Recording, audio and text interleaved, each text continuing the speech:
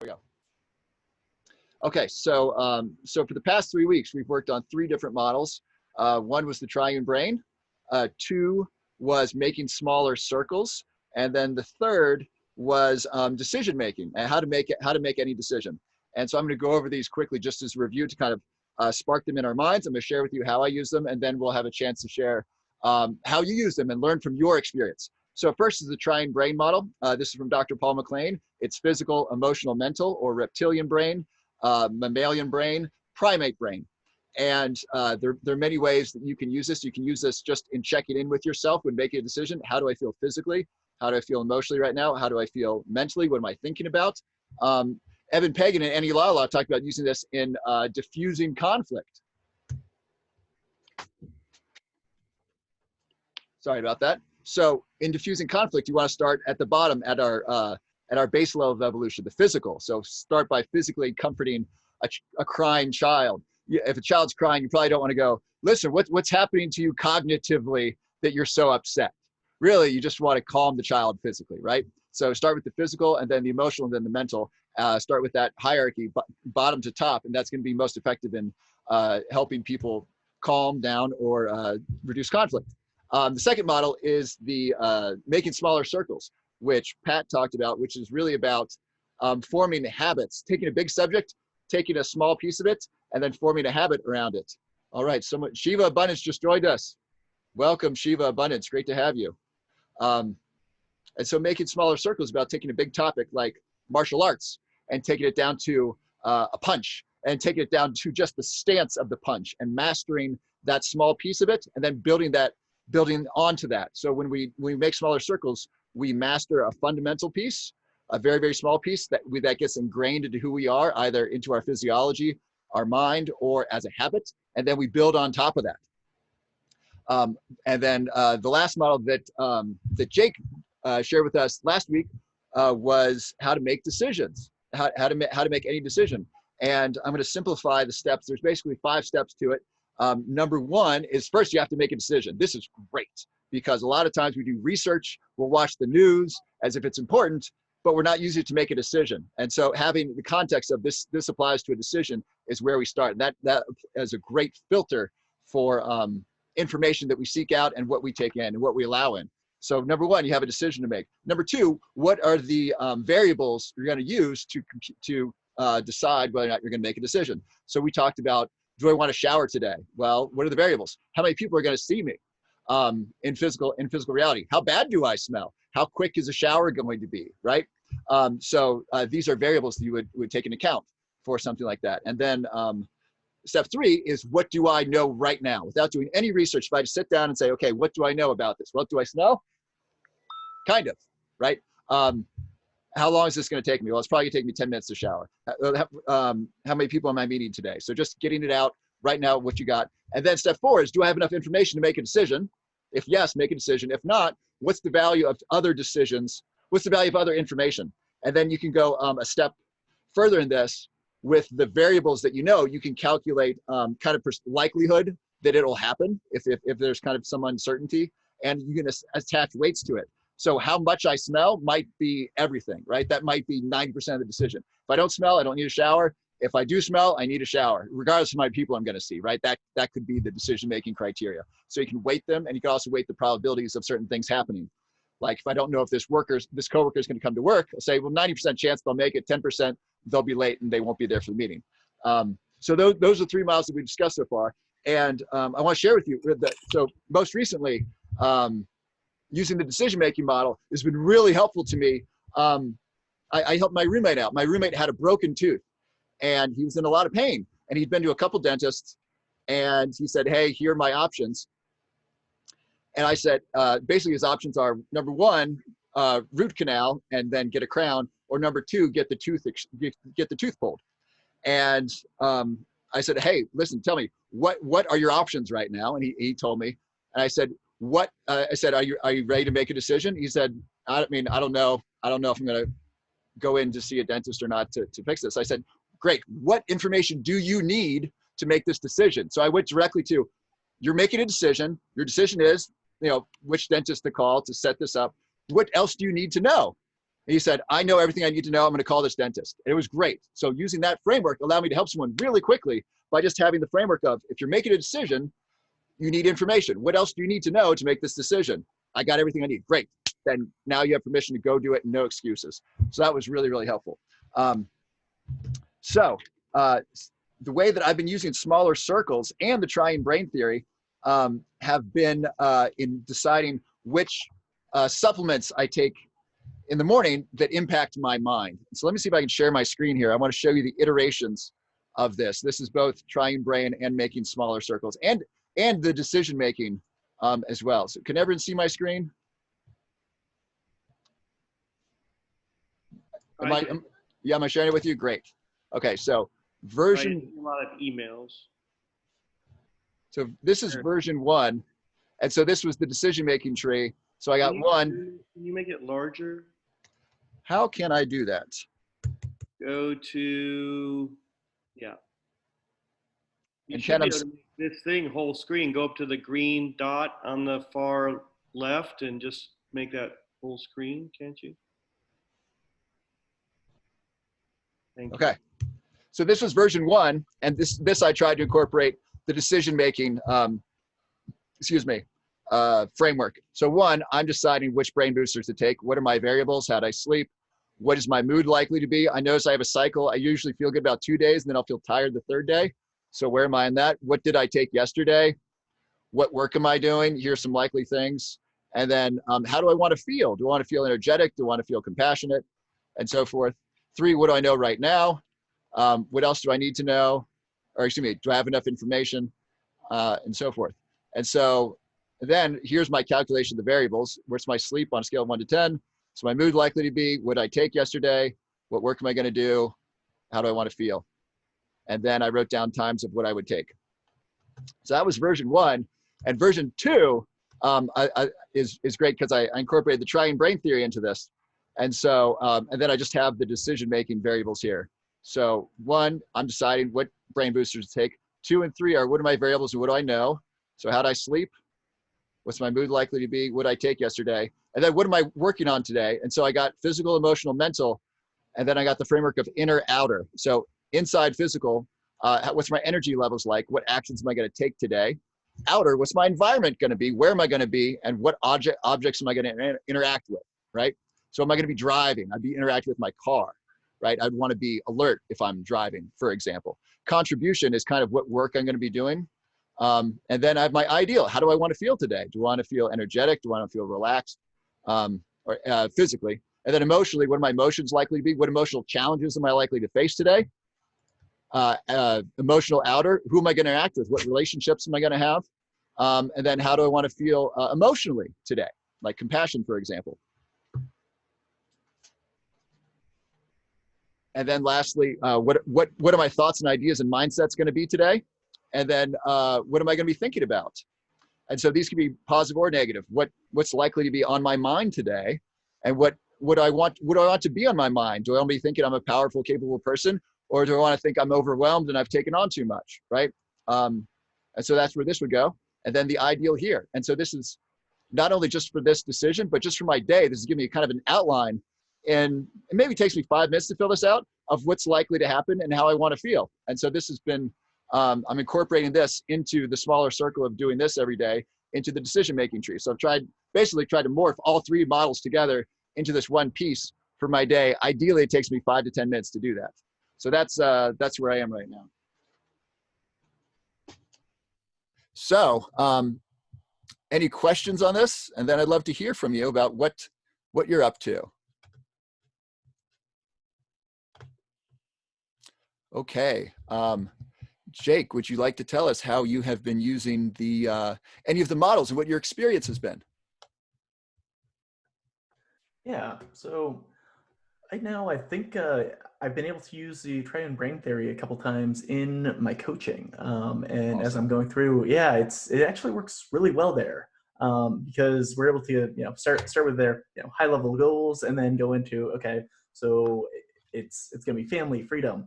Now, how can we work with that on the physical level? Okay, well, you need to be fit in order to have that freedom to go hiking or do things with your family. Okay, on the emotional level, where do you need to be at in order to do that? so need that relationship with your wife, and sort of going, making sure that you have those relationships tight. So have that that emotional state down. And then finally on the thinking level, which I think this can be the other side, is knowing you can do it is not enough. It's actually doing it and overcoming some of the challenges to get into each of these pieces. So that's sort of been my my big piece. And then even on the smaller circles, I've used that in the coaching as well, where I've been able to get someone to hone in on one thing. Just let's focus on one thing that's going to trigger everything else. And usually that's physical health. Like as soon as they start doing some more physical health, other things just start happening. So it's like starting with the very basics. Just do one push-up and one squat a day. We're going to start with that, from nothing to that for the first week. Just get you in the habit. And usually that leads to more push-ups, more squats, or going out for a run, or going and cleaning up the kitchen. So that's sort of the triggers that have kept on, the dominoes that have happened. So those are have been hitting those.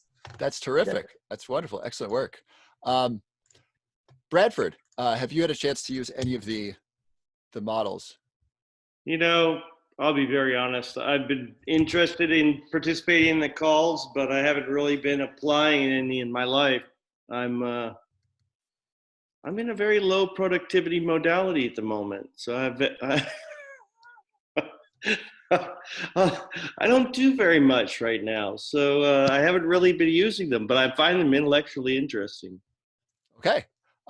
What's, if you could think, just what would be one area of your life where you would benefit from using them? Oh, I think myriad areas. I think especially dealing with my children. Great. In terms of how to be more available to them and being more open. I have thought, especially the first one, just the idea of actually separating, because sometimes, especially when you're dealing with children, you allow one thing to take over and you don't use multiple things. You sort of, you're either in like heavy explanation, intellectual mode, or you're in heavy emotional mode. And I think taking a step back even before you get up in the morning and saying, how am I going to approach the day with them from each of those areas in a more integrated fashion would be super valuable. That's great. So I'm writing this down. How am I going to approach the day with my children in each one of these areas? Yeah, they're not with me this week. So when I get them back on Friday, I think that's the best thing. Well, you could also do this with yourself, right? Yeah, that's much more troublesome. Yeah, it's easy. For some reason, it's easier to help others than it is to help ourselves. I hear you. I was thinking of helping me deal with my children. Well, it's not really helping them. It's me approaching my children with some plan. So that's terrific. So would you be open to making a small circle in the morning of just spending a couple of minutes just thinking about ideal physical, emotional, mental days for yourself and how you handle your children? I think that's a very wise bit of counsel. Terrific. Very cool. Looking forward to hearing about that. Ken, if you're up to participating, we'd love to hear from you. If not, happy to move on. Some coaching from you on this, if you don't mind. Hey, Ken, sorry to interrupt. Before you're still just feeling the same? This has been going on for a while. What are they saying? Well, thank you for asking, Bradford. That's kind of you. So I don't have COVID-19. The test came back not detected. That's good. It is possible that I had a mild dose because the tests are not 100%. It could have been a false negative, right? And I had all the symptoms in spades except for high fever. And I'm interacting with friends that are telling me about what they're going through. It sounds an awful lot, a lot like what I went through for 10 days. So I'm checking with my doctor, and he's like, I was hanging with Robert earlier when he was doing this great Facebook Live and wearing this hat and this Peace Love t-shirt. And I was just ironically trying to plan an escape out of New York and going up to Woodstock, New York, you know, where the hippies still hang, where I used to have a weekend house. And so I had this whole big plan. And then I spoke to my doctor, actually in between, just like a few minutes ago. And he's saying, no, it's not worth the risk. You can't, your immuno system compromised. So this is like hitting me that I have been in my apartment for 5 weeks, and I went out once, which I used the mental model to make the decision to do, and it was very interesting. But it was like there may have been some bad intuition in it. But to finish your question, finish answering your question, the doctor is saying, you know, you could take an Uber up there, rent a car. You're in no position to be driving. It just isn't worth the risk right now. You're too sensitive. So now I'm looking at, you know, thank God I don't have to worry about dying from the virus, but I do feel like my mental and emotional health is at stake, you know, being sequestered. And what's so interesting is I've been living in New York City. I hope there's some value to this, what I'm saying. I've been living in New York City for 40 years. And I look out my window, or I took that walk the other day, and I have no reason to continue living here now. And that is a mind-blowing experience, to have a relationship with your hometown where I've lived my whole life. And now it's like my lease expires in 2.5 months. Will I be able to get out in 2.5 months? What's going to happen? So it's challenging what's happening to me emotionally and psychologically and physically, but also as I look at how am I going to create the next chapter in my life, you know? And I think what's poignant perhaps is that having good mental models to make decisions is all the more important for me right now. Yeah. Because I got to be happy to make some decisions. Like I was going to get an Uber up there, rent a car, I talked to 3 real estate brokers. I talked to the broker who sold my house when I had a house up there. And it's just, the virus is so contagious. Being older and then being susceptible, it's kind of like it's accelerating how I'm facing mortality. And that's requiring me to look at myself differently. And that's where new decisions need to come in. So I thought about going out. Should I go out? And what information I had, what information was I basing the decision upon? Did I need more information? And I decided that to have the least amount of exposure and the least amount of intensity, to go at dusk when it's normally more quiet than ever. And I lasted about 10 minutes and came back in, and it was hard to see the world the way that it is. And it ain't, especially in New York. I don't know how it is in Colorado or where you guys are. But the New York that was roughly a month and a half ago ain't coming back soon. Gosh, that's rough. Thank you, Ken. So, you know, anybody have any, you know, thoughts? I'll take anything at this point. Well, what decision are you making, Ken? Let's start with that. Well, I would hate to take an Uber 2 hours north and then come down with a virus. So it's just not worth the risk, at least for this week. And we're going to be in Eben's class, reinvention, and maybe that will be useful. I mean, yeah, you know, exposing myself to mindful, heartful, really intelligent people. You know, one thing that's been great about Eben's class and being in masterminds like this is, you know, the expression, you're who you are as a function of who you hang out with, something along those lines. Yeah. Well, being in this group or being in the other masterminds or other groups that I'm in, and being in the Eben's class of 40 coaches, that's up-leveled that. And it's all I had. And I was researching people who have struggled with isolation, how they've lived that trajectory. And there was one famous person who had some influenza or some disease. Even the doctors wouldn't spend time with him. Wow. And he wrote about how devastating it was to be alone. Now remember, this is before telephone, before texting, before the internet. And he talked about how the solitude was more devastating than the disease. How long was he alone? 1 week. Wow. So if I didn't have this connection, I'm looking at the possibility of, I don't know how it's going to affect my mind, but just in this moment when I can be heard, I know I'm going on and on a bit here. I appreciate the time that you're letting me have. Just I can feel, just human being to human being, your concern and your friendship and your love. And believe me, I'm taking in every little bit of that. Good, Ken. Thank you. Good. Glad to hear that. Let's do some coaching. Can I say one comment to Ken? Ken, is that all right, Robert? Yeah, go ahead.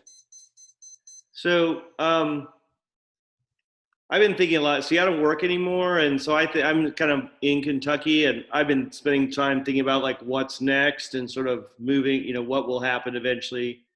It's a whole construct, but one of the things you talk about community, I think that becomes a critical. Even though it's nice to have this broad-based community through things like this, the concept of community and how we live in community will be a major part of the mental model decision that you make in terms of really, like you said, it's almost like you're going to be a new person, what you want, breaking away from New York.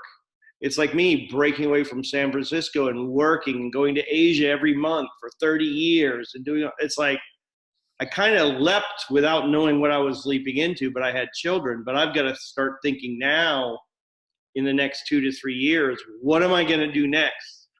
Where I'm going to go? Because I can't live here. So that it's a big question. So if you ever want to have someone to engage with on that conversation, and it's an idea, Robert, if you guys or anybody else comes across sort of like a decision for making major life changes, which involve, where you live and what's that community look like. And yeah, that's interesting. You could totally overlay a couple bottles to get really rich on this. This is great. Are you two connected on Facebook? Are you connected in a way that you can talk to each other? I'm about to send him my information. Okay, terrific. Great. And then, and thank you, Bradford. Thank you. Ken, you mentioned Eben Pagan's reInvent. I'm going to put the link here. It says reinvent.co. I highly recommend everyone check that out. It's only it's this weekend. It's a virtual event. It's only $297, which is a ridiculously low cost for an Eben Pagan program, and it's about how to reinvent yourself after the coronavirus. The world is a different place now. It's going to be a different place in a month and a year and 5 years. And this is about taking your assets from your past and putting them into your present and your future. And I highly recommend checking it out. I'm going to go to that. I'm trying to get my roommates to go. It should be really great. So check that out. And if you can swing $297, I think it's totally worth it. I'm certain there's a money back guarantee if you don't like it or if you miss the weekend. So check that out. Hey, Robert, I was just trying to look. There's not much information about, like, it just says register today, but it doesn't say what times and stuff. Do you have any idea about that? My guess is it's going to start between 9 and 12 East Coast time. I could put a link in that sends you to a intro video to Andy. Oh, perfect, Ken, because I don't have that. Anyway, I'll take a look at it. Yeah. Would you put that in the chat? That'd be great, because I don't have that.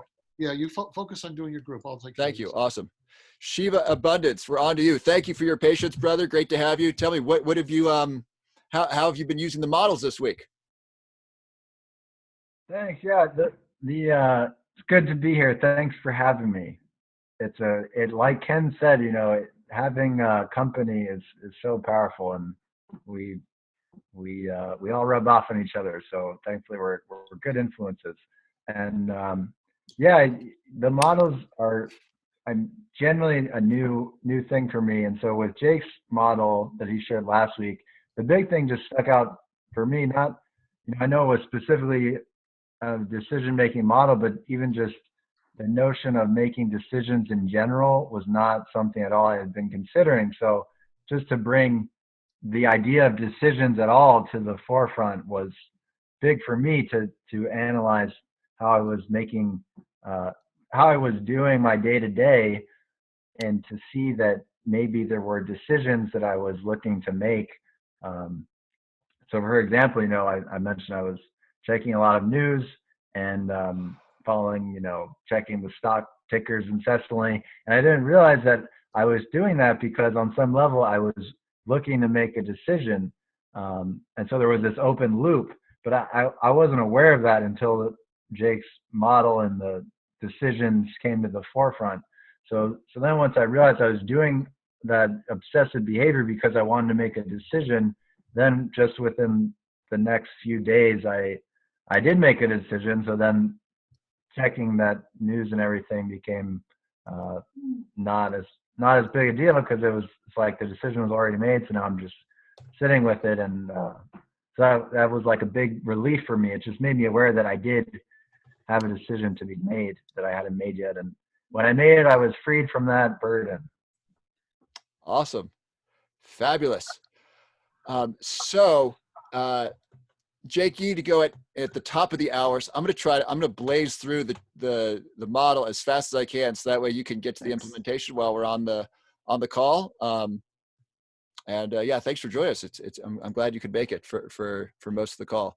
Okay, so today's model is past, present, future. And so not first, but this probably became most popularized by Charles Dickens' A Christmas Carol. I recently read the book. It's from the 1840s and 1850s. And basically it's using the model past, present, future to understand this man's life, and to get him to change his life course. And the whole book, the whole story is just based on this model. Here's what your Christmas was like. Here's what it's like today. Here's what the people who care about you are doing, and how people are suffering who work with you. Here's the likely future, and your likely future is really dismal. And with this knowledge, he was then able to decide, I want to do something different. The past, present, future model is extremely powerful, and it's very, very simple. We can use it in almost any area of our life, and many, many times. A fun exercise that I used it. I'm sorry, I'm totally out of format. Pardon me. So let me go to the teaching format. By the way, Pat and Jake did an amazing job with the format, and I'm totally breaking it. Okay, so the model is called past, present, future. And when you use this model, you'll have better relationships, because you'll have increased compassion for yourself and for others. You'll be able to make better decisions, and you'll be able to better predict the future and potentially change the future. So that's the benefits of this model. What I mentioned, this is probably popularized by Charles Dickens, but it's been used many, many times. And so examples of past, present, future in school: history is the study of the past, right? Social studies is kind of the study of the present, and science is a little bit of the study of all three. You can look at scientific history. If you learn cell biology, you'll often learn about previous thoughts of biology, present science, and then science is also kind of the study of the future, what we think the future might be. By the way, I think any subject in school would be greatly enhanced by using this framework in all of it, right? Great, we're studying history. Okay, great. What is the thing that we're studying? How does this relate to the present? How is this likely to relate to the future? So let's take the bubonic plague. That was 14 or 1600s, maybe 1400s in Europe, killed between 1 out of 6 and 1 out of 3 people. So that's the history of it. Present's kind of affecting us now. What's the future like? Short-term future. So bubonic plague much more deadly than this. Present, we got the coronavirus. We have the first time we have a quarantine. What's the future like? Well, in 6 months, it's likely we might have another quarantine. What's the 30-year future? Well, government might like to start taking away more of our liberties because they see that we've allowed it to happen, for example. That's one potential future. Another potential future is that people really care about their health and people are healthier in general and there's less diabetes. That's another potential future, right? So in studying anything, we can apply past, present, future to have an understanding of it and understand how we got to the present, and then kind of prediction of what the future could look like. Landmark Forum uses past, present, future very effectively. So someone will stand up. Everyone familiar with the Landmark Forum? Bradford, I know you are. Ken, yes. Jake, Shiva, have y'all? Okay. So someone will come to the Landmark Forum and say, I'm really unhappy. I'll just use relationships. I'm really unhappy with my relationships. I for whatever reason, I'm always dating and married to men who are alcoholics. Okay, great. Tell us about your past. Well, my dad was an alcoholic. Interesting. Your dad was an alcoholic. And what's the likely future if nothing changes? Well, the likely future is I'm going to be in really unpleasant relationships with emotionally abusive men who are alcoholics. Great. Like this, just that is tremendously powerful. Just looking at her past, she realized every man she dated, and this is a true story, every man she dated was an alcoholic or emotional abuser, and her father was too. And she realized she got that model from her dad, right? So just looking at her past, she understood her present. And then when she understood her present, and that she understood if nothing was going to change, if the pattern was going to change, this was likely going to be her future. And then she had power to say, hey, what future do you want to create? I want a loving relationship. That's what I want. Great. What can you do today in the present moment to create the future that you want? So Landmark uses many frameworks. This is one of them that they use most that's really revealing because it gets to what happened, what's the source, what's the likely cause or source of your present upset, anxiety, frustration, what's the future going to look like, what can you do in the present to create the future that you want? Does all that make sense? Excellent. And then this is a great thing to use in coaching. I had a client yesterday and she said, I noticed this relationship pattern. I said, great, time out. What are your relationship patterns you noticed in the past?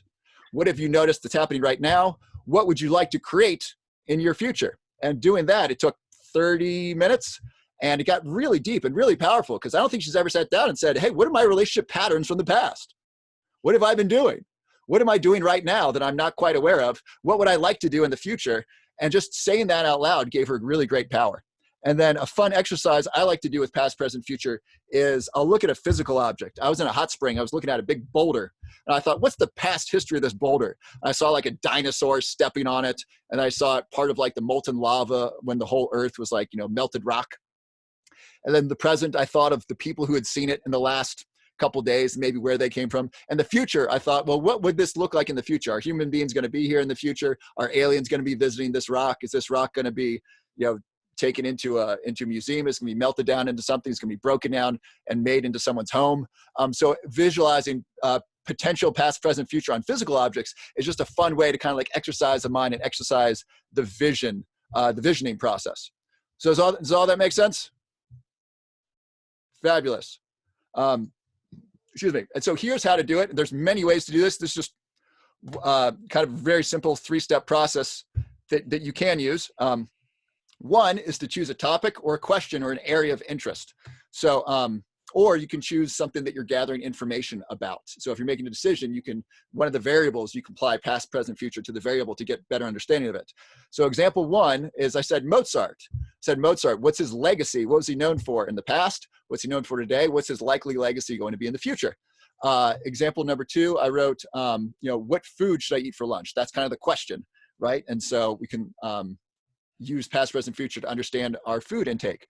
And example number 3, in the outline, I wrote, I want to change careers. I want to change something about my life. Let me use past, present, future to understand, to either understand myself or potential careers I could go through. And so step 1 is to basically choose a topic or question you're gathering information about. Step 2 is to state it, state your inquiry as a question. So what was Mozart known for in the past? What was Mozart known for during his lifetime? What is Mozart known for now in the present? What's he famous for? What is Mozart likely going to be famous for in the future?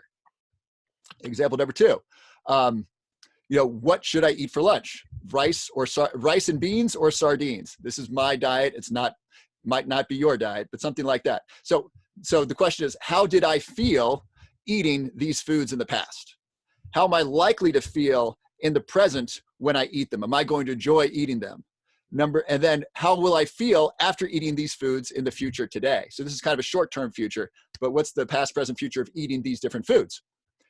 And then I could apply the trying brain model here, right? How would I feel physically? How will I feel emotionally? How will I feel mentally when eating these foods? If I wanted to go deeper on that. And example number 3 is analyzing information about a career choice. And so I broke this down into 2 different methods. So one is analyzing the career potentials. Let's say you want to be a teacher or a life coach. Great. What was the teaching career like in the past? I could say 50 years. What was teaching like 50 years ago? What was coaching like 50 years ago? Coaching really didn't exist 50 years ago, but you could think, okay, that's interesting. It didn't exist 50 years ago. What's it like today? What's teaching like today? What's coaching like today? What's it likely going to be in the future? And you might think, my guess is these lines about the number of teachers versus the number of coaches are going to cross, right? There's going to be more coaches in the future relative to today, and there's going to be fewer teachers. And the reason being, because teachers, I think, are going to be a lot more virtual, and one teacher can teach 1,000 kids versus, a small classroom. That's just my thought there. So you can do the past, present, future of the potential careers you're looking at. You could also run past, present, future on yourself. So let's say me. I'm considering future career. What were my careers in the past? Well, I was a waiter and I was a bartender. I was a pedicab driver. Okay, great. What do I like about those careers? 2, what am I doing right now? I'm doing life coaching and I'm making healthy chocolate. 3, what's my future career like? Well, hopefully running a chocolate empire. That's what I'd like it to be. So I can look at me, past, present, future, right? You So make those a are, very good Willy Wonka. thank you. So that's so step 1 is to have a topic or a question or something you're gathering data about. Step 2 is to phrase it in a how or what. What would this look like, or what did this look like in the past? What will this look like in the present and the future? And then 3 is to answer those questions. So Mozart, anyone know what Mozart was known for most in his life? Hair. His hair. It's a good guess. He was actually known most for his improvisations, which is so interesting, right? He was known to sit down on the piano and just play improvisations in a key or a series of notes for as long as anybody would listen. He would actually do this as a child. He would actually play, in front of kings and queens. And part of the shtick his dad would write on the flyer was, "We'll improvise on any note for as long as you like." Sad that we don't have his improvisations like written down. It'd be fascinating to hear what he improvised, but that's who he was best known for his lifetime.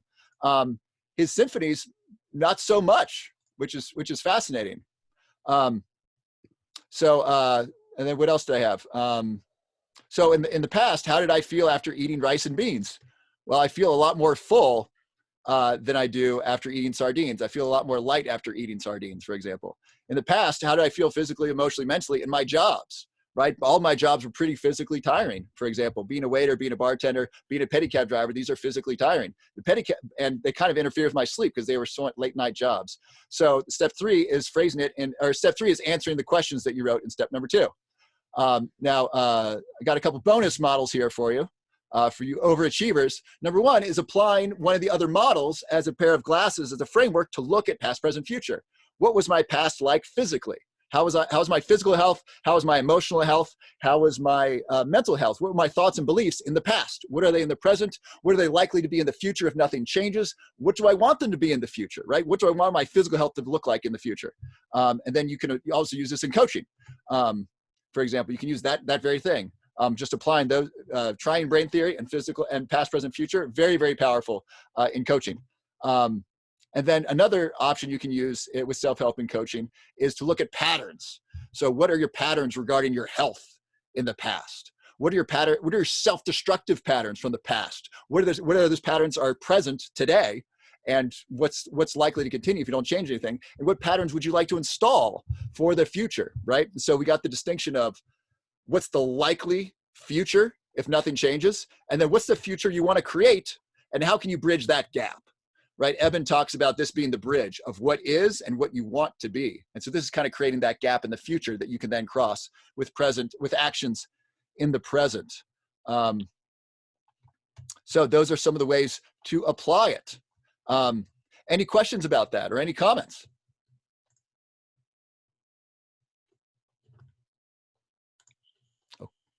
Okay. Does this seem pretty powerful, pretty useful to stack in your mental model repertoire? Yeah, I guess one of the questions I have, I mean, they're all valuable. I think one of the things that maybe Mark was pushing back. It's like, do we want to do a new mental model every time, or do we want to maybe do one every other and then deep dive? I don't know. I'm just throwing it out there because it is. Yeah. But I like the connectivity of the two, where you said, "Hey, do the past, present, future on those three things." That's actually super valuable. I liked it. Awesome. Good. I'm glad. Yeah. It's great to overlay the models. It's really powerful. You get really deep, really fast. Oh, speaking of that, let me show you something. Let me share my, no, I don't want to share my screen. Just look at my camera.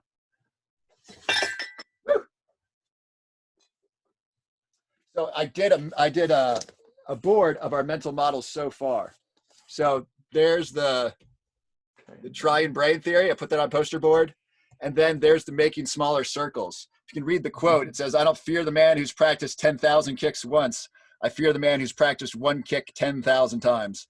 And then there's, that's Bruce Lee. And then there's smaller circles inside of a larger circle. And then I'm going to put Post-it notes on the things I'm working on.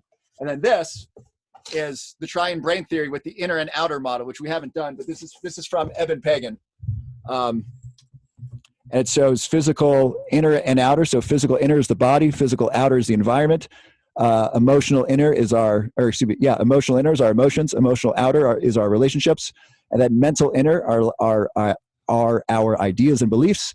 And mental outer are concepts and models.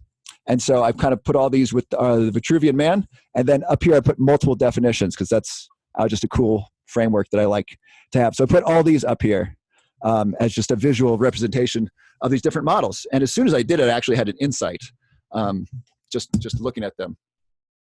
So yeah, Bradford, that's a great question. My thought is people like new stuff. And so I want to offer a new model, a new way of looking at things every week. And I want to encourage you to dive deep. If you just go with one model for 3 weeks, I'm totally in support of you doing nothing but triune brain theory. How can I use this every day with my children and with my life? That's awesome. That's incredibly valuable. And I want to give us the intellectual stimulation of new models and giving you the opportunity to learn new things that you could apply. But I don't want to overwhelm you with stuff, but this is like really interesting stuff that I kind of want to add on there that you can then choose to use if you like. And let's see here. I just wanted to share some fun pictures with you. If you can see my screen here, can I move this? These are some pictures from the Ghosts of Christmas Past, Present, and Future. So this is Christmas Past. This is Christmas Present. I really like how the present ghost is very much about enjoyment. Like he's very fat. And he's enjoying food. Like it's like a lot of the joys in the present moment. And the Ghost of Christmas Future, I got a couple of pictures here, really scary. Very, very much about death, which is interesting because a lot of fear is about the future, right? And so that's kind of the. But isn't a lot of hope about the future too? Not for Scrooge. It could be for us, sure. And then I like this one because this is like a drawing of Scrooge like breaking down and really terrified. With death. And then there's the Disney framework, right? Disney is almost a different framework in and of itself. And so here's the Jiminy Cricket as the Ghost of Christmas Past. Here's the Ghost of Christmas Present. Look at all the food we got here. Big fat guy. And then the Ghost of Christmas Future is big scary guy showing Scrooge his death and then kind of laughing at him, which is really pretty vicious. So I thought those are interesting representations of what we're talking about, of the past, present, and future. And interestingly, they each call different emotions. So so Christmas Past was kind of about reminiscing, and it was kind of somewhat like delightful, and it was loving. The present it could be about like joy and experiencing the present moment. And then the future is really about fear of the unknown, fear of death, fear of what's coming. So each of these different stages have different emotions that are more salient to them. Few of us have fear about the future, or fear about the past, excuse me. I don't know if it's possible to have fear about the past. You can have regret about the past, maybe anxiety that someone might discover something about your past, but that's really future oriented, right? Fear is not a past-based emotion. Fear is really lives in the present and the future, right? So I'd love to take any questions, and then let's take a couple minutes, and then we're going to apply this. So any questions about the model, or any questions about what we've been talking about so far?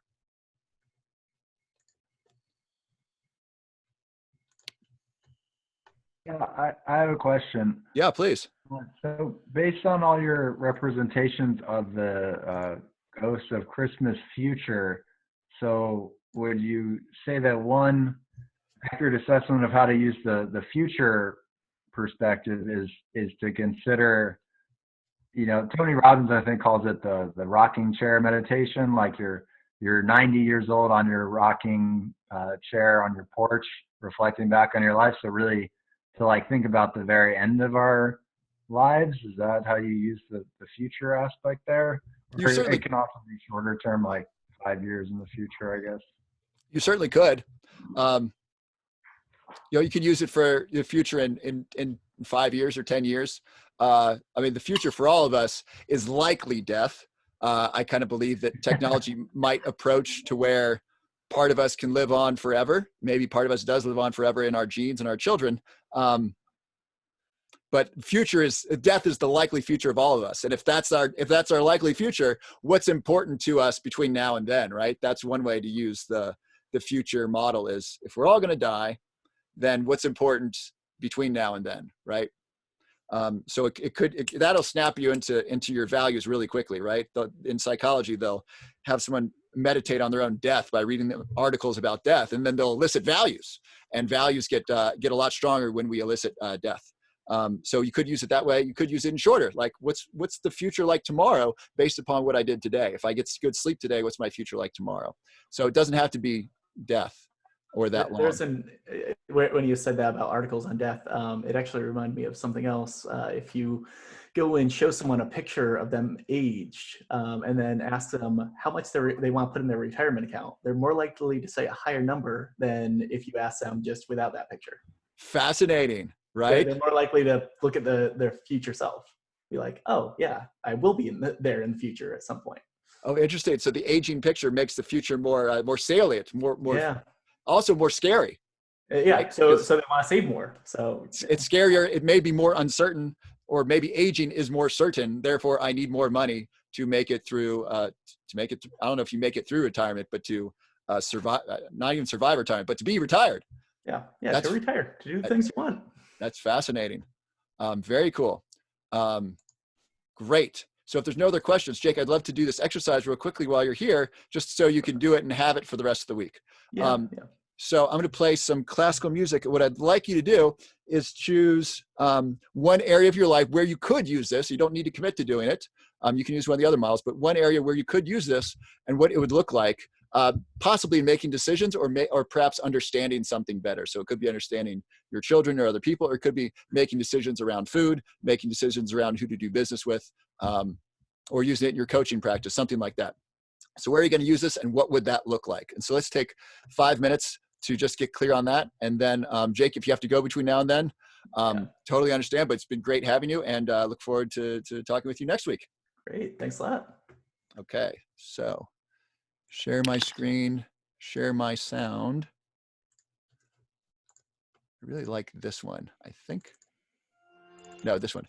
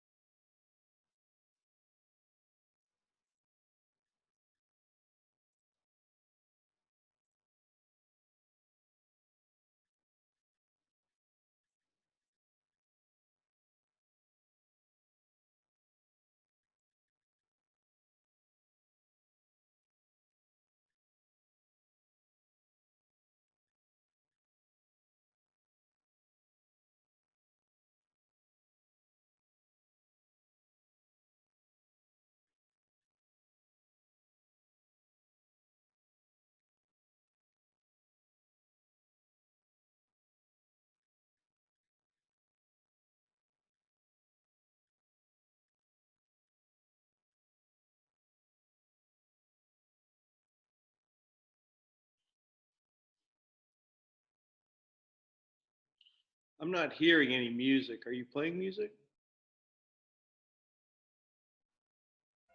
Bradford, you're not hearing any music? I wasn't. Oh no, I'm so sorry. I'm so sorry to deprive you of music.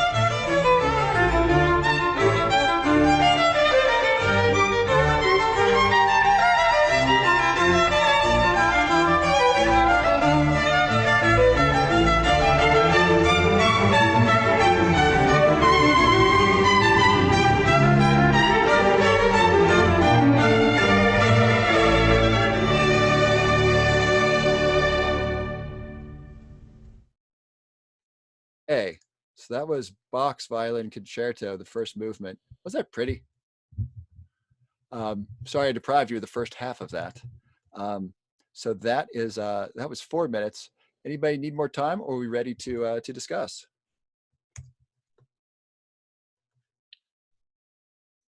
Ken and Shiva Abundance, were you able to make some progress on how you want to use the model this week, or could use the model?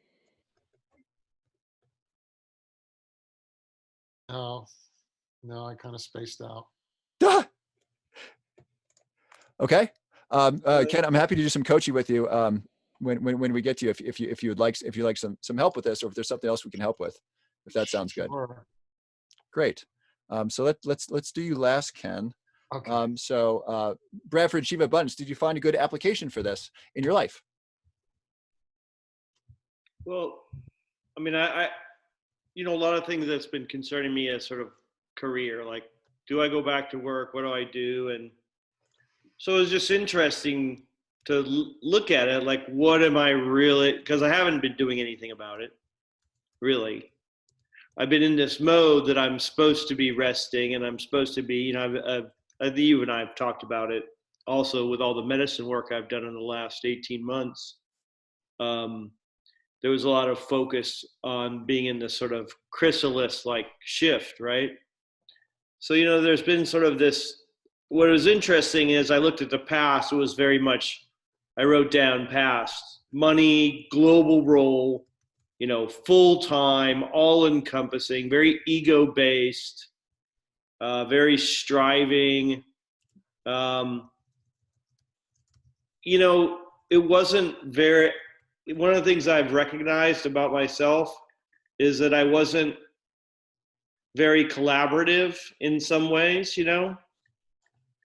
like, as long as people were doing things to advance what I wanted, I was collaborative, but I could also be very non-collaborative. And so one of the things I've really looked at in this new modality is, how do I come at things as a better team player, more collaboratively, with more compassion. And I get fearful that, that's sort of going to take away from my ability to perform, because just how I contextualize things in the past. So then I started thinking about present, how does this, sort of the resting and looking at things being more part-time, being less all-encompassing, being more of a guide and less of a, like having to take everything and push everybody else along.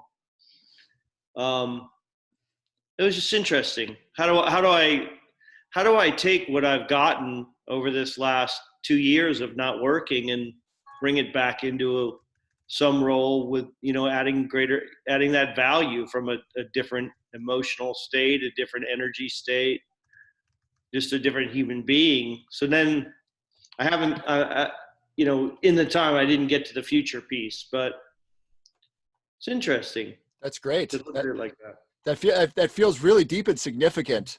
What you talked about there, Bradford. Yeah. And what I love about this is it's deep and significant. That was 4 minutes. That was a legit 4 minutes of saying, what was this like in the past? What do I want in the present? And then you didn't quite get to the future, but just those two things. You did ask, how can I be more collaborative in the future, and how can I bring more value to the future, right? So just 5 minutes with this model, and you got some serious power. And then you can go deeper and apply a model. What in the past, what was my work like physically? Well, I was sitting at a desk, or I was traveling a lot. What was it like emotionally? I don't know. I didn't feel emotions then because I was drinking a lot. How did I feel mentally? I'm important, ego driven. I know what's right, not collaborative. I'm the smart person in the room. They need to listen to me. Like I'm making that up, but you get what I'm saying. That's about right. I thank you. So you can apply those. You know me well enough by now. And then the present, how am I feeling? What am I doing physically? How am I feeling emotionally? What am I thinking about? And the future, how do I want things to look like, right? And so just applying those two, maybe that's a 15 or 20-minute exercise, but extremely powerful. And most people never get, I don't say most people never. I believe few people rarely get that kind of clarity and power in their life, and certainly not in 20 minutes, right? I mean, that's 10 years of psychotherapy right there to get your physical, emotional, mental, past, present, future dialed in. It's really great.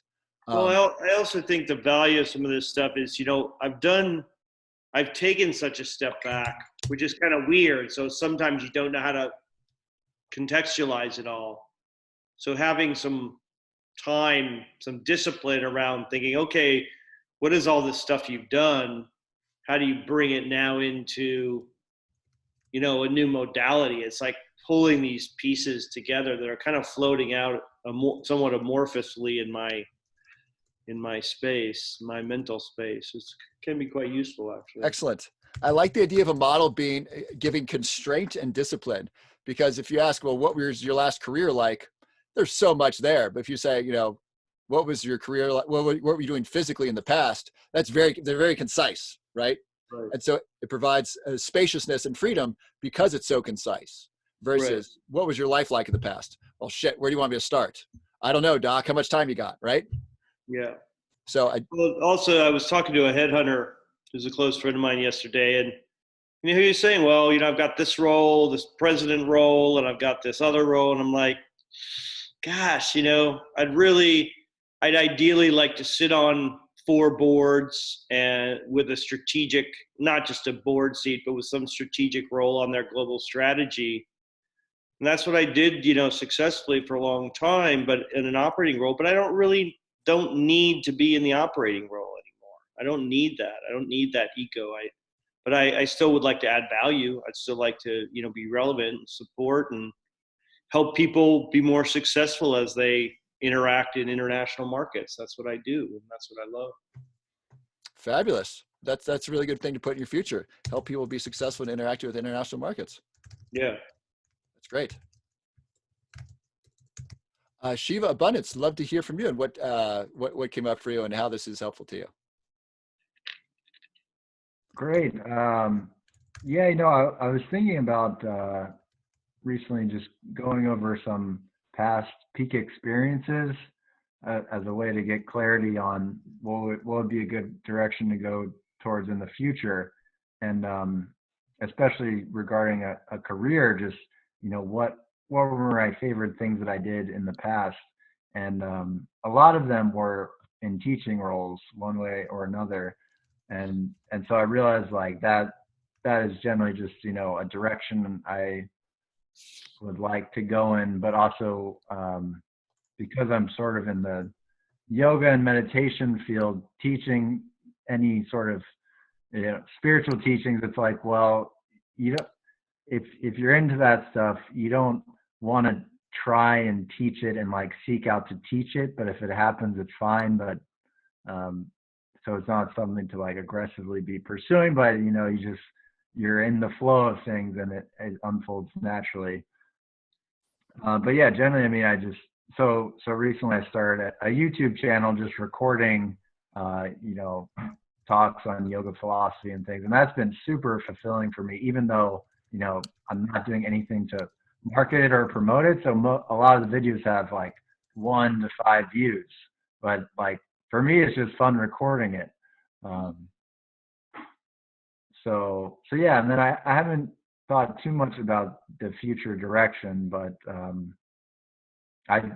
for me, I mean, my perspective with the future is just as long as, especially the career, as long as I'm staying service and like Bradford, you were saying, adding value, as long as I'm service oriented and giving and contributing, then I'm not concerned with how I'm going to get, the next meal or anything like that. Because the saying, like a master would be a fool to not feed his servant or his slave, because the servant is providing valuable service. So if from the broader context, if I'm providing valuable service to creation or to the universe, then in some way or another, creation will also provide me what I need so that I can continue to be of service.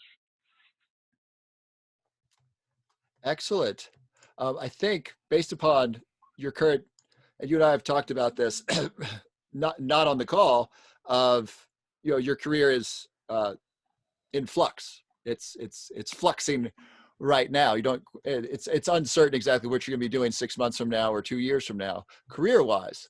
And this seems like a very potent tool to use to analyze kind of past, present, future, and what it is that you'd like to be doing, or what it is you could be doing to deliver valuable service, and then preparing yourself with the tools, the models, the skills, and perhaps the right people, like being of service to the right people to help you get there.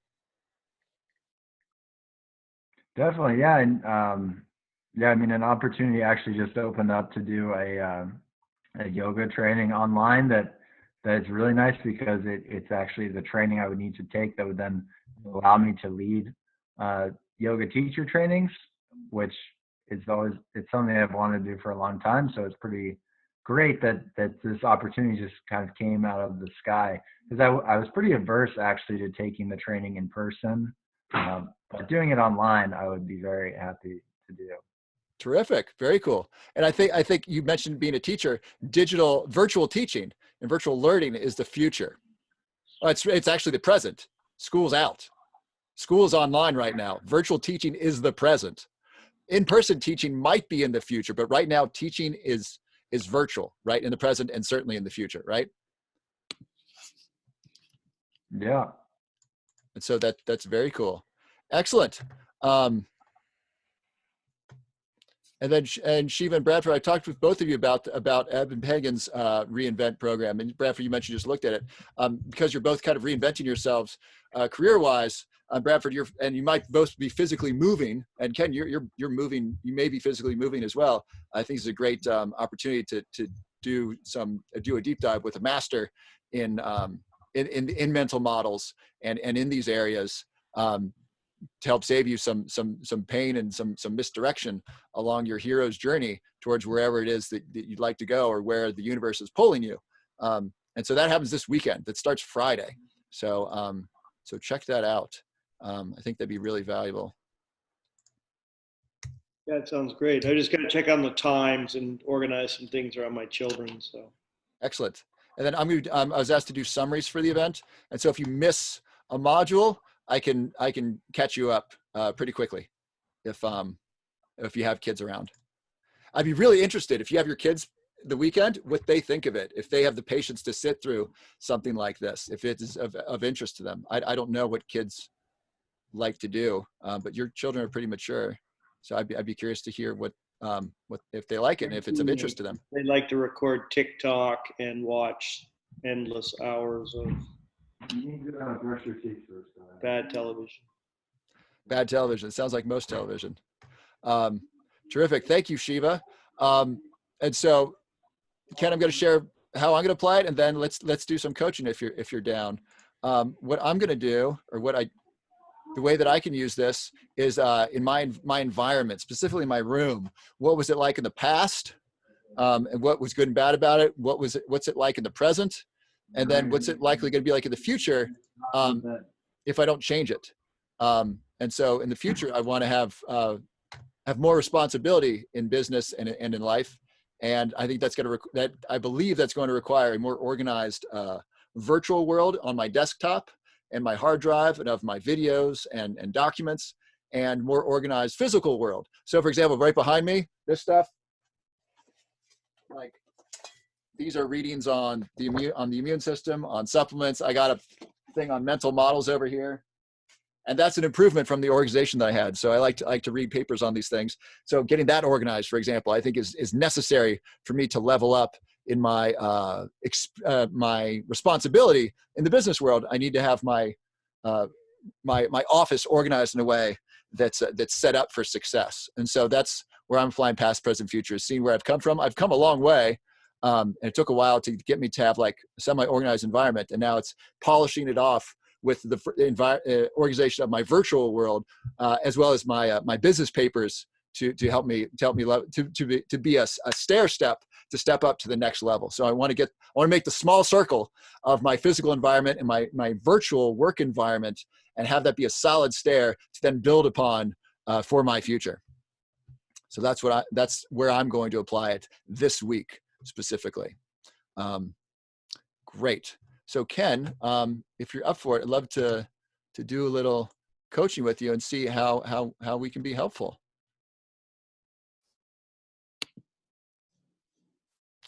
And anyone want to present for next week? Mark Russell offered. I don't know if he's still down, but if any one of you has an inclination to present next week, that would be great. Well, shoot him. If Mark's not willing to do it, I've been working on something that's just something I've been working on personally. It's not someone else's model, but something that I think is quite interesting. Okay, great. It's very light. It's not like. Can we chat about it tomorrow? I'd love to hear more about it. And then if you want to present on it, let's talk about it. Sure. Fabulous. Great. Thank you, Bradford. Ken. I just responded to what you said, and then I realized my mic was muted. So I only have a couple minutes left in me because I'm wiped out. I think that I'm just facing this new reality that I ain't going anywhere soon. So I don't know what decisions I have to make. I know that I have to figure out how to be okay with my life the way that it is, because it's going to be this way for a while. Okay, so let's take the try and brain model quickly, and forgive me if I'm speaking pretty quickly. How can you feel better physically? How can you feel better emotionally? And how can you feel better mentally in your beliefs, in your ideas? For the next 2 weeks? Are you going to be quarantined for another 2 weeks? Is that a legit number? Let's say 2 weeks. So you're going to be at home for another 2 weeks. It's more likely months. Okay, so let's just take the first 2 weeks. What can you do in the next 2 weeks to feel better physically, emotionally, and mentally? Okay, so I would say that the word that I use is that I can go into, I call it the trance. Okay, so, and this could live both, on all three brain levels. It touches old wounds. And the message is, you're not going to survive. Okay. So that's the trance. It's like an old song that you can't get out of your head, right? So if I look at where that trance lives mentally, it's the stressful thoughts. I'm not going to survive this. I will lose my mind. How that shows up emotionally is in a lot of sadness and a lot of fear.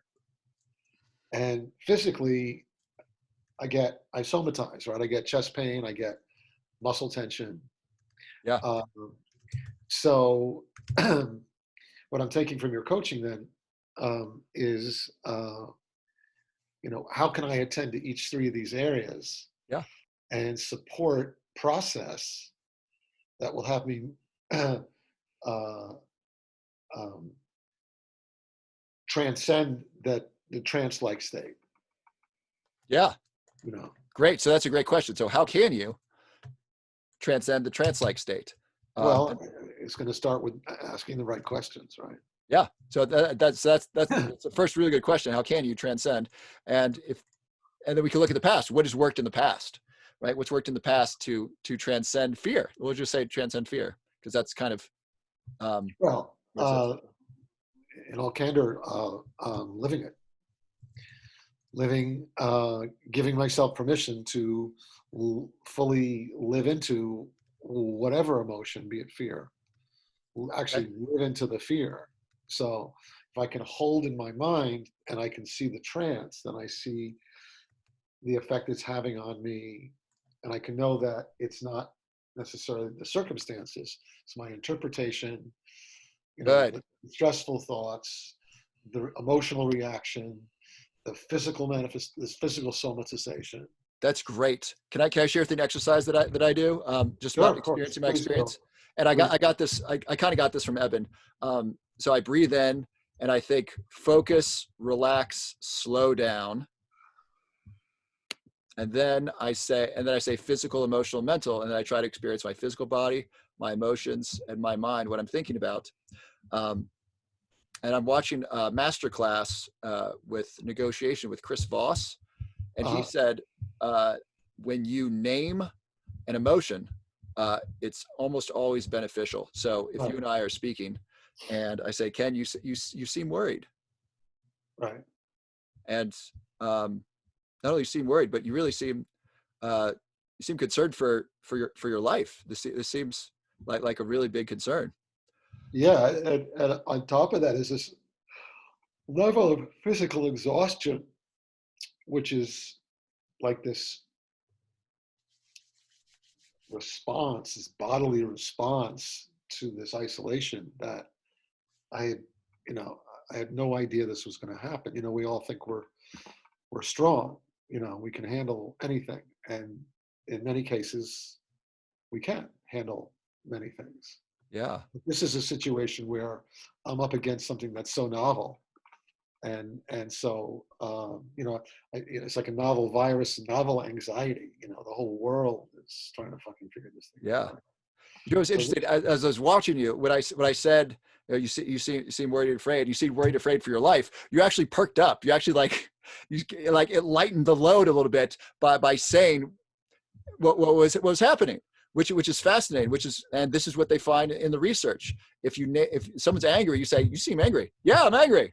"You seem really angry." "Yeah, I am really angry." And then it's settles down, right? So naming the emotion, putting a word on it, really powerful in reducing and giving you power over in experiencing that emotion. Because if I'm experiencing heart rate escalated and tension in my muscles, that could be from a variety of things, and I could be upset for a long time. But if I say, I'm feeling angry, okay, I'm feeling anger. That's what this is. Cool. I know what that is, right? But if I don't identify it, it's the emotion's going to have a lot more. I don't like the word power over me, but you get what I'm saying. And if you do it with a positive, it reinforces the positive. So it reduces the negative, it reinforces the positive. You seem happy. Yeah, I'm really happy, right? And so naming the emotion, great, powerful tool that you can use in this exercise. So focus, relax, slow down, physical, emotional, mental. Physically, I feel a little tension. Emotionally, what emotion am I feeling? Feeling a little stress and maybe a little anxiety. Oh, okay. What am I thinking about? Well, I was thinking about my emotions. Now I'm thinking about what I'm going to have for dinner when I break my fast. Okay. So that's a really powerful tool. And it allows you to live into the emotion, which is what you were saying. That's been helpful to you because it gives it a name, and it also gives it a sensation and a thought, right? So Yes. Deepak Chopra says that an emotion is a physical sensation plus a thought attached to it, right? So elevated heart rate could be excitement if I'm thinking about sex. Elevated heart rate could be fear if I'm looking at a lion.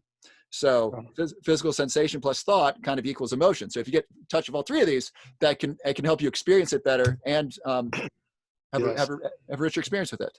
Sounds great. I'm going to excuse myself because that's great stuff. I'm glad I stuck it out. Terrific. My body Awesome. says lie down. I'm going to go take care of myself. Ken, it's great to see you. I'm Yeah. sending you love and healing and prayers, brother. Thank you guys.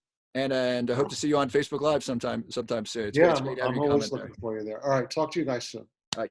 Good Take night, care. Ken. Okay, Bradford, Shiva Abundance. Any questions, comments? And then Bradford, if you want to talk about your model, I'm happy to talk about this now while we're on.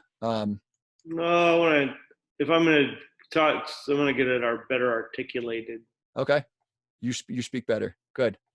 so I don't waste your time.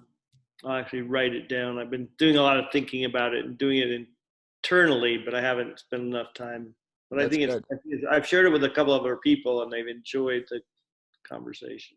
That's good. That's good.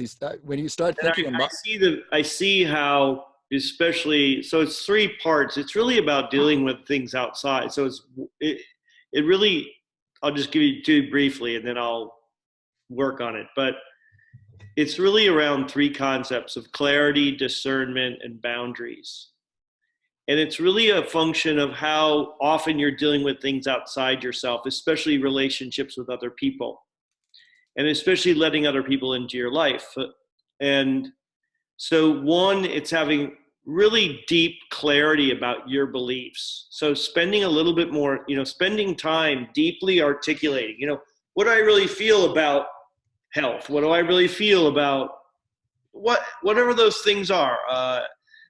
Say if you're dating someone, what are the things that are really important to me to date somebody, right? So having that clarity. Then having a lot of discernment. How do you communicate with people in such a way that you can see if those people are aligning with the clarity and purpose you have in your life, right? Because if you're an extrovert like me, you end up talking to a lot of people, but a lot of times I'm sorry to say it, waste one's time, And I used to, in my past life, I saw, because I worked so much, I saw people really much more like entertainment. So I would have lots of friends that I had no real interest. Wasn't looking for anything for them, but they were amusing to me. It was like people at a cocktail party, right? Yeah. My life was one big cocktail party. People right? can be entertaining for sure. They are. They're entertaining, or they're attractive, or they're sexually interesting, or whatever they are, right? Or they have access to other things. So I was very clear what I wanted from my social life at that time, which was I wanted a break because I was working, 12 hours a day, 6-7 days a week. So when I went out, I got two pieces. I got clarity, especially clarity around values, discernment, choosing people who are aligned with your values or choosing to spend time. And the third is boundaries.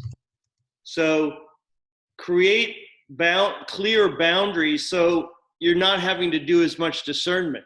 Because, for example, don't spend a lot of time in bars. To give you an example, one boundary is I'm not going to spend a lot of time in bars, right? I'm not going to spend a lot of time around people who are drinking a lot, right? Or I'm not going to go to big social events where, that's sort of my old energy wasn't as valuable. But this can work in a lot of other things, but it's really a function of how you spend your time and how you spend and who you spend your time with. This is really good. I'm trying to simplify this with simple language. Right, and that's what I need to do. Spend some more time working to articulate it. One way to do this is to do the multiple definitions. So get 3-5 definitions for clarity, discernment, and boundaries. And that might give you some clearer words. Here's what I'm thinking as far as easier words. It's almost like a how-to thing. So clarity is really about values. It's about it's what you value, right? And clarity on what you value and getting really clear on that.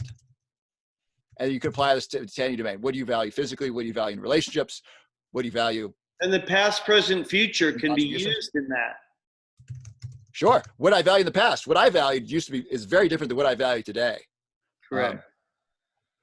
So basically it's values or what you value. Two, when you say discernment, I'm almost getting like awareness and choice. And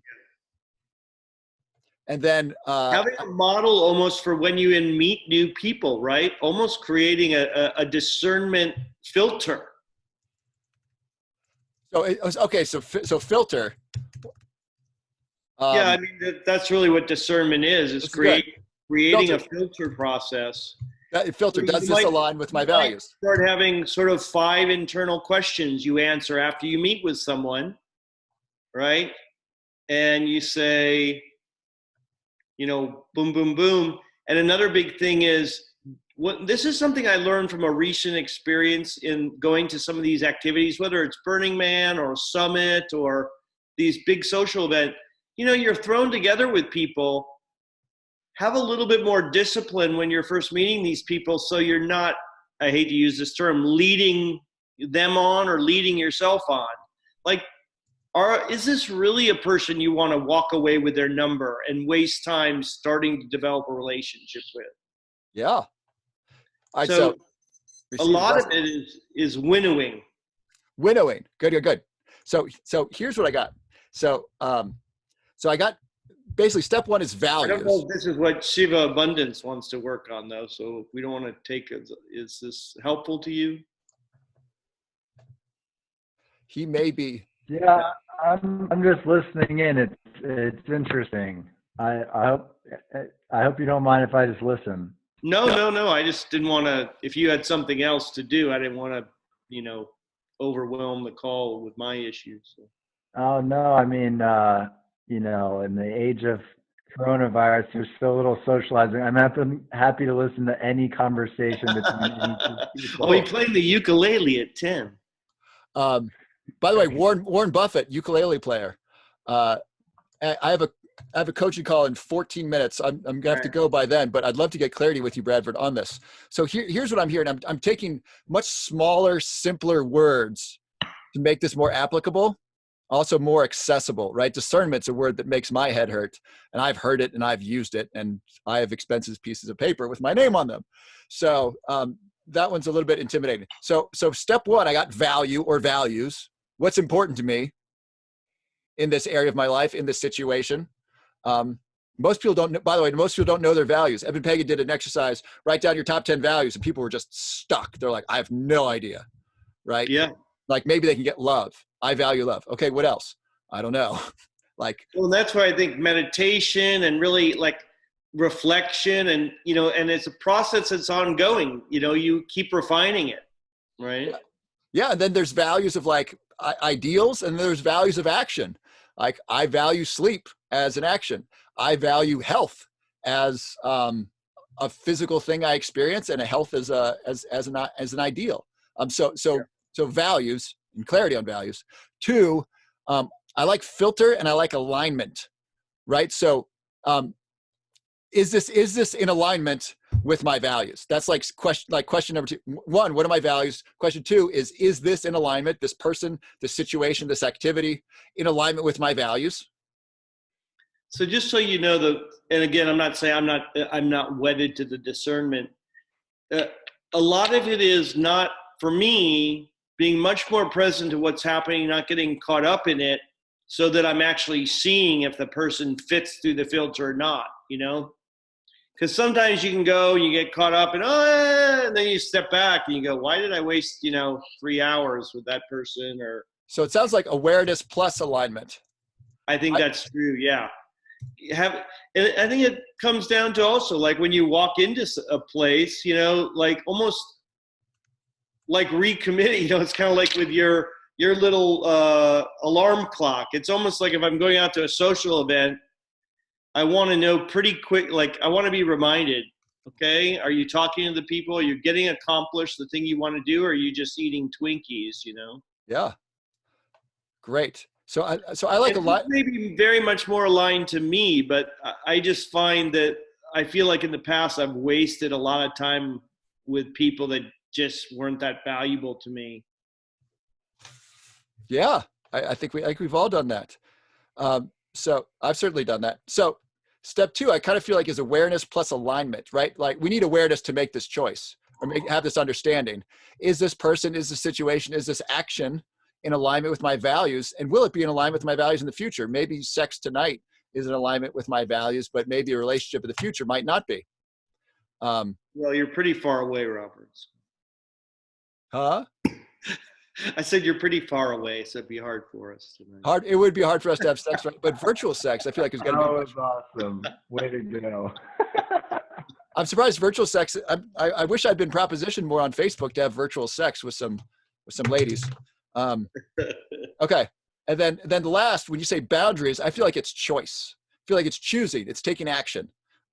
Taking action. Well, I think it's also that when I say boundaries, it's like, don't even let yourself get caught up in wasting your time, because you know ahead of time it's not going to be right. It's sort of like the dating thing. Like, why go on a date with a woman who clearly is not fitting your clarity, right? To have sex. Like, that's why. Yeah, well, but I don't end up doing that either, because I always think about the extrication costs. With me, it's like, I'm not going to have sex with that person, because it's like, unless they live in another city, and then I can scoot, Okay. All right. So boundary is the boundary that you're setting with yourself. No, I'm not going to interact with that person. Or is it say to boundary with the other person? Hey, you're a very nice person, and it's been nice meeting you. And I'm going to go, not get another drink. I'm going to go get another organic celery stalk.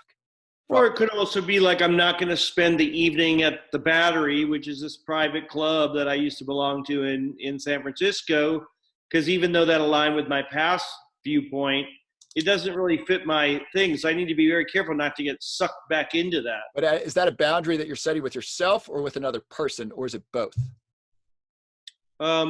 I think it's a boundary of not placing myself in a situation where I'm going to fall back into old patterns. Okay, when you say fall back, okay, let me write this down. So not placing myself in a situation where I fall back into old patterns. By the way, Shiva Abundance, this is a great coaching exercise, is listening to what they're saying and then writing it down for greater clarity. Okay, so boundaries for you is not placing myself in a situation where I fall back into old patterns, right? Yeah. Great. So with that, let's see if I can refine that, help you refine that a little bit. That sounds like avoiding things that are out of alignment, right? Avoiding. So, and then environment is just one physical thing, right? Environment is external physical. You can also avoid people. Right. You can avoid activities. Right. These are three things that I'm thinking of. You could also avoid mentally stimulating things like ideas. Like you probably avoid, KKK rallies based upon the ideas. Well, also, I live in Kentucky, so you have to have something to do on the weekend. Yeah, it's a difficult balance we face here as human beings at this time. So I want to say alignment with values, and then the environment seems to be of interest to you, but also people. And people, they're both associated, right? People go to certain environments, and they also have certain ideas they're talking about, right? So all these are associated. Yeah. So if I can backtrack here and catch my footing here. So one, deep clarity around, I want to say deep clarity around values. What's important to you? 2 is awareness and alignment. Okay, I'm making a decision that's, and I'm aware of that. And is this situation, is this environment in alignment with my values? Is this person in alignment with my values? Are the ideas that are going to be discussed in this situation with these people in alignment with my values, right? Or is this activity in alignment with my values, right? Feeding the homeless might be. And then the boundary, I feel like, is the action. That's like the laying down the wall or choosing. It's the choice, right? It's no, I'm not going to spend my time at this ritzy club. That's not in alignment with my values. No, I'm not going to go to a bar because that's not in alignment with my values, right? I feel like the boundary is like the decision. That's like the action in physical reality that you're making. And then the other two are about what's important to you. And then the second one is assessment. Discernment is assessment, right? Is this in alignment with my values, right? So that's kind of what I got. So I got, what are my values? Awareness and alignment. Is this in alignment with my values? And third is taking action. And I think it has some real interest to me also, as people are kind of stuck at home, right? And they're not in these group things where they see just random people, and they're going to come out of this and it's going to be interesting. Some people are just going to be like, animals, feral animals released into the wild, Yeah.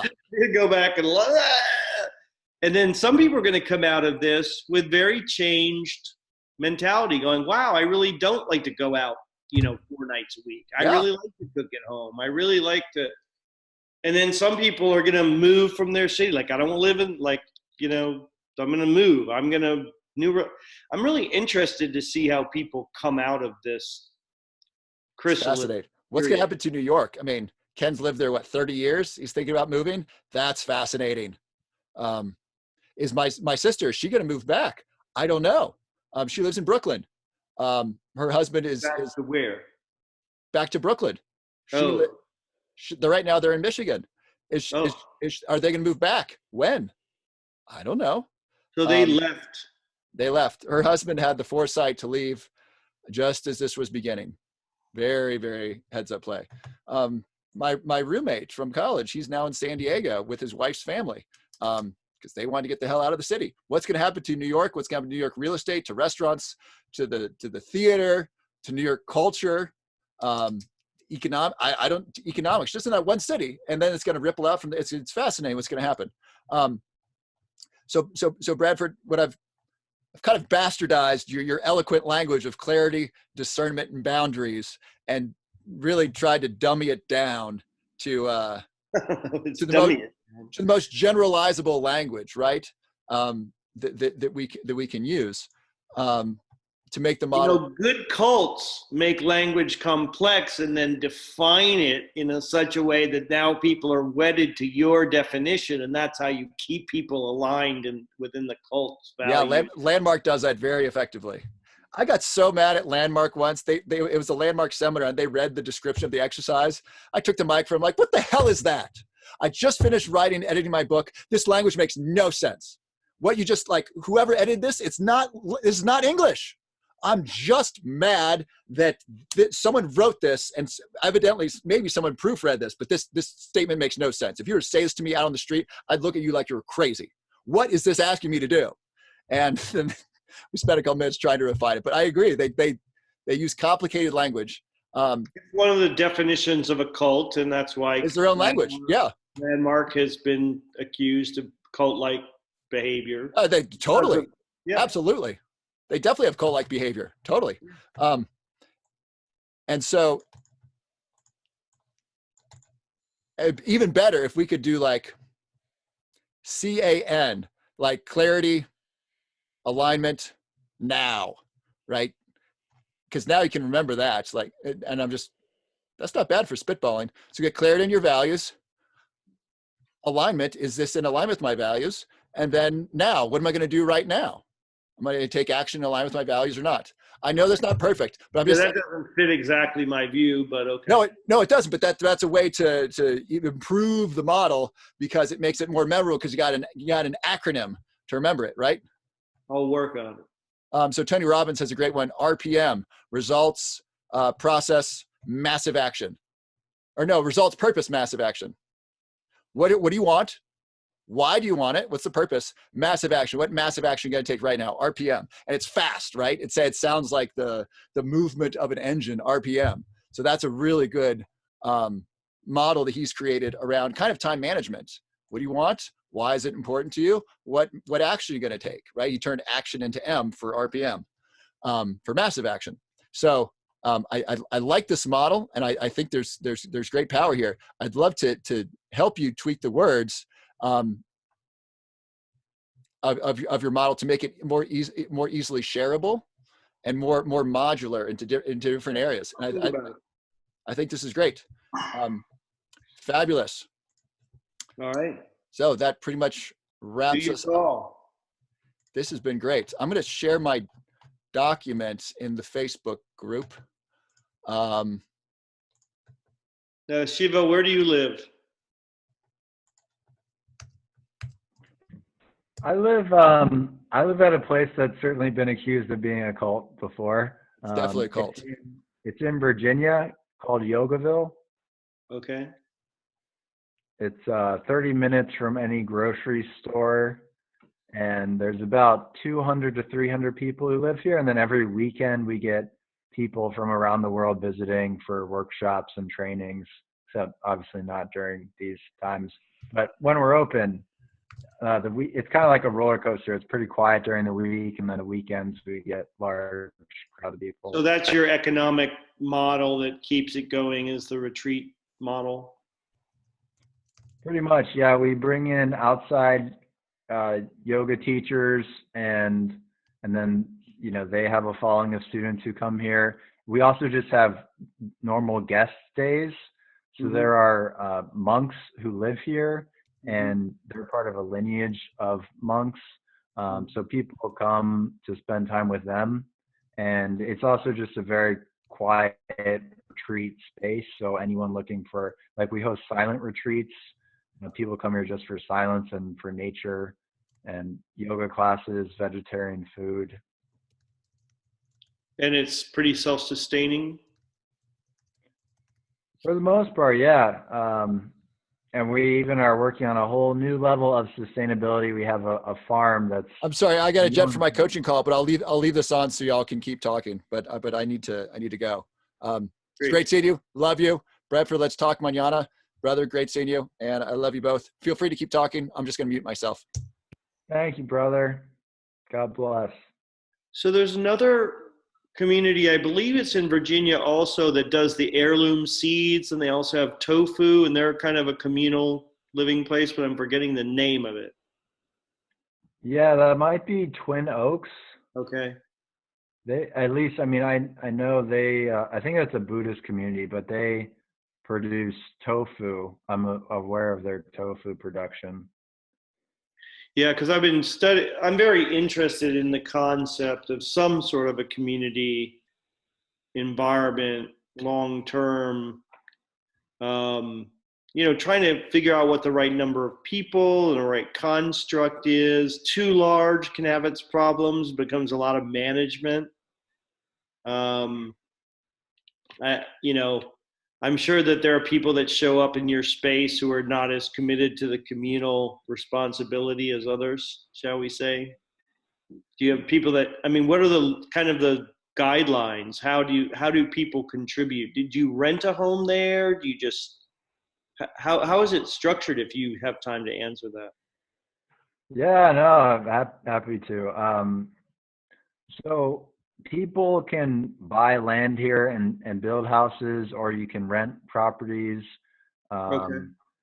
And there are different levels of involvement. You can live in the community and not have any real involvement or connection with the Yogaville itself. Like there are a few people who live very close who I've never really seen them in person. Other people can just live in the community, and we have like a main dining hall, and people go there for meals, and you can pay for meals, or we have a community exchange program where you would do a certain number of hours of service per week, like at the reception desk or in the kitchen, and then for that service you receive free meals throughout the week. So that's a pretty sweet deal. And we have probably 10 or so people in the community who do that. Okay. But you say there are a couple of hundred people living there? So we have about a core of 50 employees. Okay. And then at any time we have about 10 to 20 volunteer type work exchange people. Okay. And then we just, so that Yogaville was founded by a monk whose name was Swami Satchidananda, and a lot of the people here, he's no longer in the, around in physical form, but a lot of people here were his students, and so they are here kind of living as students and his devotees. So yeah, there's a lot of like first generation students of his who live here, and yeah, I would say it's around 200 people who are sort of more or less visible in the community.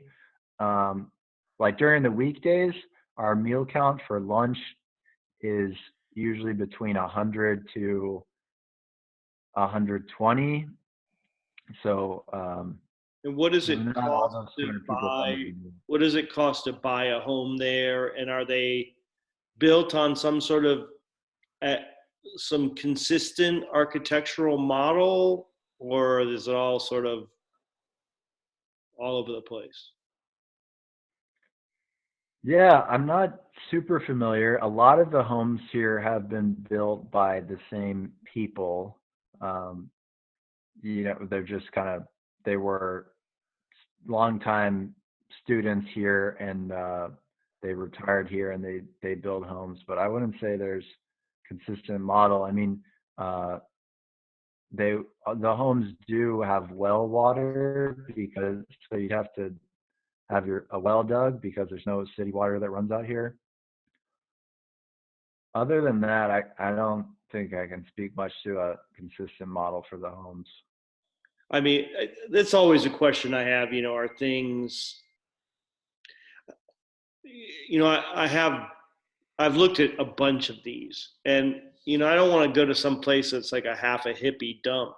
Sometimes these places turn into pretty ramshackly shitholes. Excuse my language, but it's like, you know, I just don't want to live. It's like I've seen things done well, and I've seen things done poorly, and I'd rather see things done well and be part of a community where there's some at least basic discipline and some design integrity and some commitment to some sort of aesthetic values. And then the other thing that is interesting to me is for people to, if people would in effect give in to, say, having, a smaller space like 400 square feet or 600 or whatever the number, kind of basic range is, so that you don't start having, rich people show up and they have a 3,000 square foot home, and then you have people that have, I don't want to see a whole bunch of classism developed. You know what I mean? Right. Yeah. I would say we have a little bit of that, but I mean, essentially, there are some people who, worked their whole lives and then retired here, built their homes and retired here. And so those are nice homes. And then there's younger people like myself. I mean, I live with a woman here who I help take care of. She's 91, so she retired here. But yeah, I mean, a lot of people come here with no bank account, and they just want to do work exchange and live and serve and go deep in meditation and yoga, which is, it's pretty awesome. And some people here rent. I mean, so the rental prices, to give you an idea, Right. like they're probably I'd say if you found a spot for 400 a month, that's rare, but 500 is pretty much the minimum. And then 700 would be considered expensive for a rental space. There are some trailers here because this community was founded back in the 70s, and there was initially just one house, and but there were like 100 people found in this place, so they purchased all these trailers, and some of the trailers are still here. So those are a little ramshackle, you could say. I wouldn't say the ashram is like flush with financial abundance, Right. but some people in the community certainly are well off. And yeah, I mean, pretty much anyone who lives here full time and has retired here or just moved here in some capacity is well off. Okay. Yeah, I mean, we started looking at, say, well, what if you had I mean, again, you have to start with some model and then be flexible. But um, anyway, I've been doing a lot of thinking about it because I have over my life, had big homes, and it's just like I'm so tired of it. I'm so tired of just being by myself, and just I don't need all this space. I just want a place. I want something simple, and I want to be part of a community, and I want to be able to, I mean, the Burning Man culture. It's like, if you could just live in a Burning Man camp all year long with people you liked, what would that be like? And on medicine, I had a very strong vision that I had to find 10 people, and then they were going to go find 10 people, and we were going to go off somewhere and do something. So I had this very strong vision on medicine around that. So, and I'm just looking at other models, seeing what other people have done. So maybe I'll shoot down and visit one time when this Definitely, yeah. It's stuff worth a clears. visit. Now, where is it exactly? Buckingham, Virginia. It's about an hour south of Charlottesville. Okay. All right. I live in Yeah. Kentucky, so. Oh, great. I guess Robert and I grew up in Cincinnati. Yeah, Robert came down. I've seen him up in Cincinnati, had lunch, and he's come down to my house in Lexington. He came down for my New Year's Day kind of party. We have like a Oh, New nice. Year's Day lunch and hangout kind of thing. That's awesome. He came down. Yeah, we met at Burning Man 2.5 years ago, I guess, 2018 Burn, and Nice. he was very influential in a lot of the changes that I've gone through in the last couple of years. Well, he started me down some medicine work, and our mutual friend Sarab, has he mentioned Sarab Kulkarni to you? No. A really good guy, also in the camp. And then there was a Chinese guy, and so like U.S., China, India is my thing. Like for my whole life, I have Chinese, Indian, and American kids, adopted as well as one birth child. So I called these guys the three wise men, Robert and Sarab and C.K. Lin.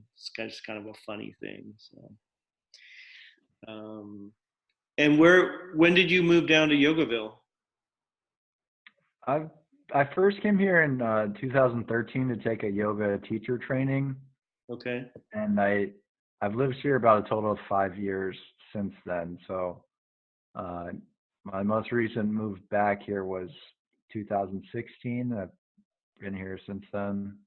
Okay. It's a great place. I mean, it is as you know. So the dining hall itself serves vegetarian meals, and That's what I eat. So. okay, great. You're off to a good start then for it being a match, and Well, yeah, I it's mean funny, we. I quit before I went to Mystic. I quit drinking, and I'd been a big drinker all my life. Super social. Life of the party, throwing parties all the time, and I just said, "Fuck, I'm so bored with it." So I gave up drinking. Then on the way, about 6 weeks later, on the way to Burning Man, I went vegetarian based on a conversation with a guy who was riding out in my RV with me. And then in October, I started doing in 2018, I started doing pretty heavy medicine work. So I've been doing that very intentionally over the last year and a half, and quit working, left the city. I mean, it's been a very big change for me. Not always easy, not always easy. But, so are you a yoga instructor? I do occasionally play that role. It's not something I do all the time, but I can if you would like some instruction in yoga, I'd be happy to offer it. No, you were saying about doing online stuff. I was just curious. Yeah, I started just doing videos on YouTube, mostly on yoga philosophy. Okay. So it's not about traditionally in the Western culture, people associate yoga with the the physical stretching. Yeah. But that's yoga philosophy is not really about that. It's just kind of a spiritual path, more or less. So it's fun for me. And I was even thinking for this group presenting some mental model related to teachings of yoga. Right. Yeah, it's interesting you say that. I do a bit of yoga, not much. I need to do more. It's good for me, but I'm lazy as hell. Um, but I've been really interested in the times when the yoga, like where I have in the yoga process, gotten a very strong spiritual slash mental experience. And some yoga instructors will really talk about that, and I think a lot of people really bemoan the fact that most Western yoga practice is totally physical, and people really miss out on that deeper spiritual or intellectual experience. I've had two really deep experiences while doing yoga that kind of blew my mind. Like, what the fuck just happened? Where I had like a really deep learning from it. So Yeah, it is an amazing practice. Yeah, it's a great thing. I yeah. first got into it because I thought it was a good way to pick up women and meet women. So it did work for that. But as I keep going into it, you realize there are other benefits too, of course. That was your lost leader. So what does work? What does work for Meeting what? women. If that didn't work, what's your new model for picking up girls if that didn't work? No, I think it does work. It Oh, it does? absolutely works. Yeah, no, the word. I was talking with a lady friend the other day on the phone, and I just mentioned the word spiritual, and she just like I could tell she was immediately much more interested just saying the word spiritual, like huge buzzword. Another day we'll talk, we'll share with you. We have a friend named Simeone, who is this guy who's from Italy. We call him the Sicilian shaman. He's actually Sicilian Persian, and he's a very slight guy. He's like 5'4". He probably weighs like 135. He's a yoga guy, vegetarian. He has done ayahuasca like 8,000 times. And he sucks women in like I've never seen anybody suck women in. It is something to behold.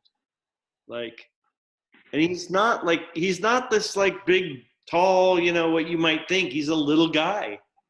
But women just like, and he does all this spirit, oh, let me feel your wrist and all this. It's like a whole shtick. It's so funny to watch. And I don't think he's insincere, but I know he is definitely using it as a mental model and he does it extremely well. I've never seen anybody pick up women quite as well as this guy does. It's pretty fantastic. So it does work. I do agree with you. Nice, yeah, and I mean, also just on my quest with women and such, one of the great things about yoga and meditation is discovering that there's a great source of peace and happiness within that's not dependent upon the external conditions. And I remember just having so much pain and anxiety too over relationships that, the non-attached approach, being happy either way, I think is also a really powerful position to be in. Like, this person, likes me, that's great. If not, I'm happy either way. Yeah, that's interesting. Well, cool. Well, it's great meeting you more in depth, and I guess we'll be on these calls, and hopefully, I get to DC a fair amount. In fact, I was just there. If I drove out there before this last close down, so I've got to get back out there soon because my best friend lives in DC. So it's not that far to go down then to where you are, a couple hours, right? Was it 2.5 hours? Yeah. Yeah. I don't know how far it is from DC, maybe, but a lot of people from DC come here, so it Right. couldn't be too far. Maybe I'll bring her down for the weekend. She loves yoga too. Definitely, yeah. If y'all, we have a well, yeah, I don't know when it will be up, but on if you go to the Yogaville website, it's just yogaville.org. We have a list of programs that we host on the weekends. If you want to attend a program, or if you just came here on the weekend, we have like a regular weekend. It's basically an open weekend workshop for people, Mm-hmm. hosted by the monks here for the most part. So yeah, definitely come by. It's a fun place. It amazes me more people I know haven't been here because it's really beautiful, and it even has a an interfaith temple called the Lotus Shrine. That's like it's amazingly beautiful, and it just shocks me more people haven't been here. So Cool. All right. Well, good luck with everything, and we'll talk next week, I guess. thanks, yeah, thanks for asking, and good talking with you, and best wishes. And someday you'll tell us all the dirt about Robert. uh, sure, yeah. He might have more dirt on me. I don't know. uh, he's actually pretty harmless so far. So. Yeah. All right. Take care. All the best. All right. Thank you, Bradford. You too. God bless. Bye.